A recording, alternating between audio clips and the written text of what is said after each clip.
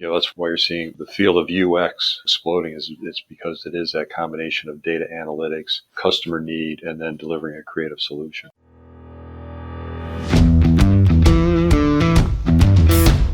Technology is transforming how we think, how we lead, and how we win. From InterVision, this is Status Go, the show helping IT leaders move beyond the status quo, master their craft, and propel their IT vision. Welcome to Status Go. I'm your host, Jeff Tunn. We have a very special episode in store for you today. We're going to look at transformation and challenging the status quo from a different perspective. I am joined today by Lou Lindsay. Lou is a professor of practice at Indiana University's School of Informatics and Computing in the Department of Human-Centered Computing. But before we get into that, we're going to start with Lou's background. He spent 36 years in design and innovation leadership in large corporations, including IBM, RCA, GE Healthcare, and GE Major Appliances. In fact, Lou and I first met when we were both working for RCA. Welcome to the show, Lou. Glad to be here, Jeff, and delighted to join the podcast. Well, why don't we start there with your background? Tell us a little bit about your journey and your journey through industrial design. Yes, so I graduated from the University of Cincinnati's School of Design, Architecture, and Art, and in 1980, and right out of school joined IBM on their design staff, and I found that working in a corporate environment as a designer had its pluses and minuses. Obviously, the pluses are when you move the needle on an organization like an IBM, big things can happen. Of course, The minuses are it takes a while to move for that needle to move. But I did enjoy the experience there, and it really taught me what it takes to work in organizationally, work in a collaborative environment in order to make things happen, as well as kind of reach out and expand your own knowledge base through additional assignments and continue to learn even on the job. So that was a great experience. But as an industrial designer, I was fortunate in that I was able to take the skills and the tools that I was taught at Cincinnati and go beyond just that traditional definition of the industrial designer, sort of the person that gives a product its form and its character, and dig deeper into the business aspects of design. And that really led me into my next phase of my career, which was with RCA. And again, I was timing my career to kind of follow the information age. And guess what? Design played a pretty important role in the dawn of digital technology, as you well know in our experience, and how that transformed everything from video to music to book publishing, movies, print newspapers, etc. And using that my design skills in that world allowed me to stretch and grow. And that's really, I think, more about the role of the designer and what the design brings to the table, and what I call creative problem-solving techniques. They can be applied to any area of business. When I was at Thomson, we were able to grow the team to take on not just product usability, but brand experience, as well as growing new business models, through the design organization. Today these kind of creative problem-solving processes kind of fall under this umbrella of design thinking, which you probably come across that in your business. But that's really the foundation of my training, and became really sort of the jet fuel that propelled my career. So I like to tell people all the time that right now is the most exciting time to be involved in technology. So looking back on 36 years, what did the industry look like, and what things were important when you started your career versus someone entering that career today? Yeah, if you go back, our biggest challenges as designers was to make a product or a service useful. In other words, capture the complexities and put a wrap around the complexity to make the fundamental product and service offer more useful. You only have to go back to the days of the VCR and the Flash 12, right? Where nobody could figure out how to set the clock on the VCR and then set the VCR to program, MASH on Saturday night or whatever. Right. But that was the state of the art, was just make it useful. And then as we began to tame that technology, then it became not just useful, but also make it usable, make it more relevant to me, and not just perform this very specific task. So useful became usable. And today, we live in a world where it's not just useful and usable, but it has to be delightful. It has to bring, a certain additional benefit in the interaction and the experience we have with that particular product or service. And that's the world we live in today. It's a highly competitive world, as you know. It's a world that is, constantly evolving. And yesterday's answer won't meet tomorrow's requirements. So you got to continue to work on that notion, making that product delightful to, outflank your competitors. So how do you keep up? How do you keep up with that pace of change? Well, it really is about, who you surround yourself with, and what are the, the people you're surrounding yourself with thinking about it and working on. And I think through that, you begin to pick up ideas, thoughts, and common threads that you can then, work on and apply in your daily work. I mean, you've gone to a number of CESs. I've done 26 some CESs, and You've seen a lot of change. oh, definitely, absolutely. But that's one perspective. You can look at that industry perspective, and then you can branch off into the underlying technologies that drive that industry. And by surrounding yourself and reaching out to adjacent industries or industries you're deeply involved in, I think you stay current, you stay fresh, and you stay competitive. So, adjacent industries. Do you have an example you can throw out of a design that you were able to bring to fruition by looking at an adjacent industry? Yeah, I'll go back to the early '90s when RCA landed the contract to deliver the set-top decoder box for the DirecTV system that we use today. And there was a transformation going on. Again, going back to digitization of media. We lived in a world at the time where 30 channels of video programming was pretty much the state of the art. You got your TV service through your local cable operator. What DirecTV allowed us to do was then multiply that offer by 10. And we went from literally 30 channels to 300 channels. And the task that was facing my design team at the time was, well, how do you navigate through all this content? It's 7 o'clock on Wednesday night. I want to sit down. I want to forget about the world and enjoy some video programming. Now I have to navigate through 300 channels. Wow. We started, and this speaks to your question, we started by sending the team to Disney World because I didn't want that team to be polluted by the technology perspective. I didn't want them to think in terms of technology. I wanted them to think in terms of entertainment and what is a great experience. When you walk into Disney, what is it? How do they treat you as a customer and that entire journey? So I literally had the team do their design research and then also do their design ideation down in Orlando, Florida, because I wanted them to focus on what was core to that solution, which is make it entertaining, make it accessible, make it fun. Yeah.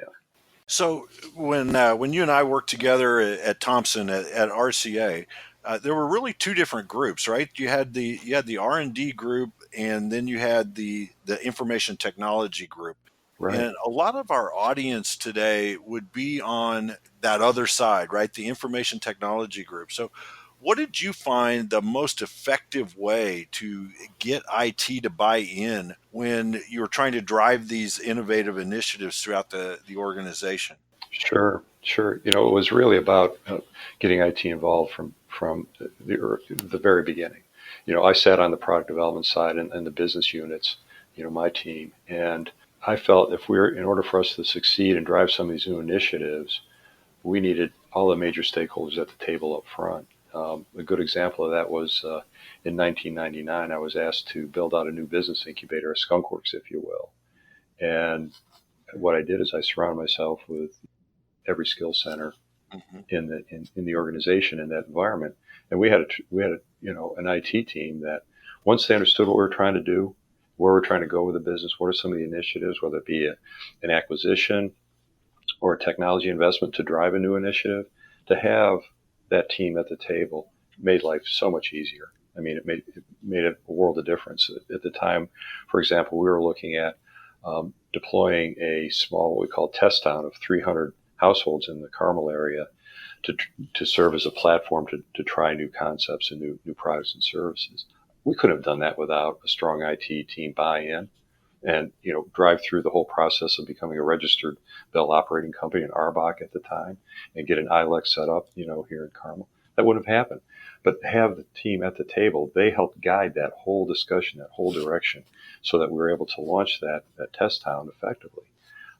So it wasn't a question of us going to an organization hat in hand and saying we really need your help. It was bringing them in early on, describing what we're trying to do collectively, and then everybody go back with their skills and then drive that vision forward. So do you see now with call it the digital age, to use somewhat of a buzzword, that R&D teams and IT teams are working more together, almost merging into one organization, kind of like you were doing back in '99?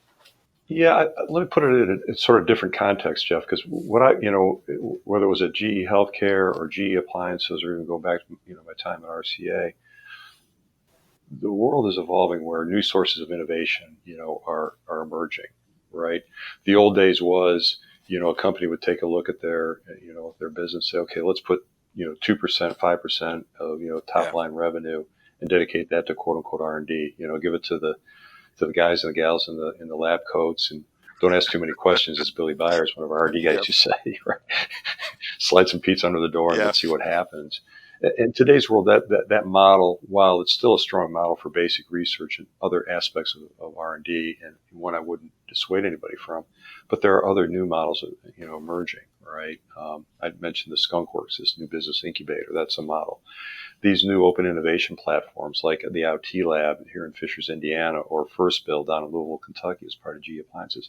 So sources of innovation are multiplying, and the way those innovation pipelines take hold, how you staff those, how you organize those pipelines are changing to where now you do have the design organization, the UX designer, the UI designer, the IT organization, R&D, all working, marketing, all working together in a more open and collaborative environment that is operating differently. It's not a long cycle kind of activity. It's a short cycle, quick, try it, find out what works, what doesn't work, and keep moving. So I kind of view it, your question slightly differently, in that there are these new avenues of innovation, and they're collaborative in nature, and they certainly, the underlying platform, starts with IT. So we were having an interesting conversation before we actually came on the air today about marketing, IT, and so talk to me a little bit about creativity in IT, because it's not something that you hear much about these days.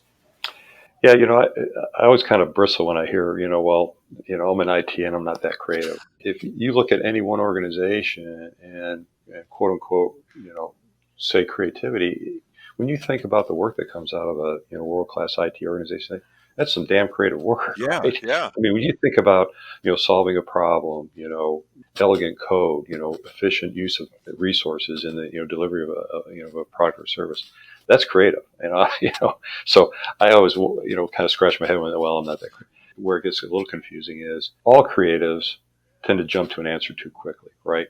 I got it, Jeff. I know what you want, and I'm going to go deliver that. Yeah. And that, I think that approach then kind of muddies the water.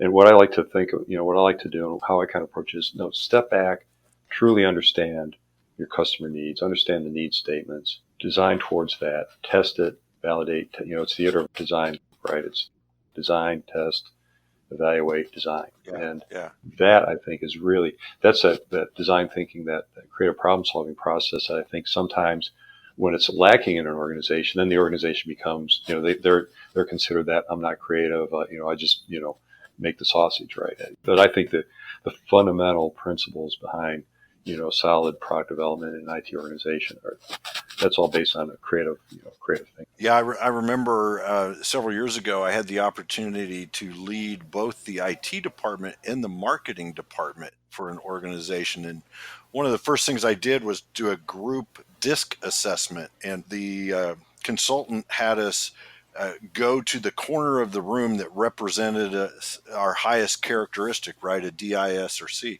And I think everybody was expecting the room to be split, IT people on one side and marketing on the other. and it was incredibly balanced between the four characteristics, which Mhm. I thought was fascinating, and it leads to that creativity. Exactly. And, I think you were very fortunate to actually have those two organizations reporting into you because, marketing is all about trying to identify that unmet need, through their own, set of tools and processes, and to be hardwired and directly wired into an IT organization that not just reacts but participates in that problem discovery process. That's a win. I Yeah. mean, that's a huge benefit. So if you had to get to the root of fundamental good design, what would you say that is? It gets back to that whole needs identification, that discovery Yeah. process. Whenever you see a good design, whenever you see a design, whether it be a product, a service, an interaction, and you left feeling like that delivered on its promise, and it was done in a way that really was a positive experience. You follow that product or service back, and you'll find out that guess what, they really understood what the customer was looking for at the end of the day. Yeah. So if you were going to hire somebody today to fill the type of position that you've had throughout your career, what characteristics and skills would you be looking for to fill that role? Yeah, so once you get past the fundamental, are they technically capable? They have the skills to, apply, their technical knowledge to the task. And believe me, that's getting easier and easier to determine that. It's how do they attack a problem, and do they really understand, what it takes to think creatively, think critically, to combine the data that they've gathered, analyze the data, and then translate that into meaningful outputs for their customer. I mean, to me, that's the critical thing, and that's why you're seeing the field of UX kind of exploding is it's because it is that combination of data analytics, customer need, and then delivering a creative solution. So is there a question that I haven't asked you today, Lou, about innovative design, creative problem solving that you think our audience needs to hear? I would suggest that, and you're seeing more and more of these open innovation maker spaces, whatever you want to call them, popping up across the country, right? Those are great idea incubators, and I would suggest, and the cost of entry is so low. I mean, it's like a gym Yeah. membership, right? You can kind of come and go into these environments, and what you'll find if you walk into one of these environments is a great cross fertilization of ideas, of skills, of people trying to figure things out, sharing of ideas. We have this IoT lab, as I mentioned before, up here in the Fishers, and IU has a space, and one of the founding sponsors of the lab. And last summer we did an independent study project, myself and a graduate student, and walking up and down the hall, over coffee, lunch, whatever, and bouncing ideas between my student and some of the members in this IoT lab was a phenomenal experience. I mean, it was a great bidirectional exchange of information. And so, as I think about any organization, I would stress take a look at your innovation model and make sure that you have more than one innovation model going in your organization, not just to rely on the tried and true. Well, there, see that building over there, see the floor of this building. That's our R&D department. But really think in more broad terms about how does collaboration, how does open innovation work. My friends in the legal profession hate when I say this. I said, but speed beats control any day, right? I mean, the days when I'm going to patent something and wait for that patent to be issued, and then I'm going to go take on the Yeah, world, it'll be too you're going late. to get clobbered, right? Yeah.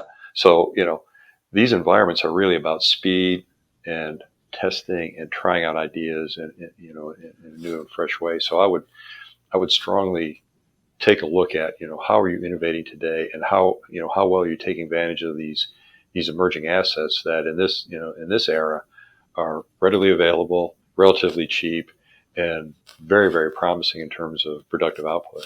So, Lou, I can't thank you enough for spending time with us today. I know we're going to do another episode here shortly when we dig into what you're doing for Indiana University today. But before we do that, I just want to point out a couple of things for our audience that really jumped out at me as you were talking. One of them, I love the iteration of useful, usable, delightful. Going from the useful, make it usable, make it delightful. I thought that was great. The other point was surrounding yourself with incredibly talented and smart people. I think sometimes as leaders, we tend to try to do it all. And I thought that was a great point. And the other point you made that I am really going to incorporate tomorrow, I think this is going to be the best one yet, is next time we have a design project, we're going to Disney World, baby. I think that was spot on, man. I like that idea. Especially in this time of year. Absolutely. For those listening, we're looking out at about 4 or 5 inches of snow here in Indianapolis today. To our audience, thank you very, very much for listening. If you have a question or want to learn more, go to intervision.com. The show notes will provide links and contact information. This is Jeff Tunn for Lou Lindsay. Thank you for listening. You've been listening to the Status Go podcast. You can subscribe on iTunes or get more information at intervision.com.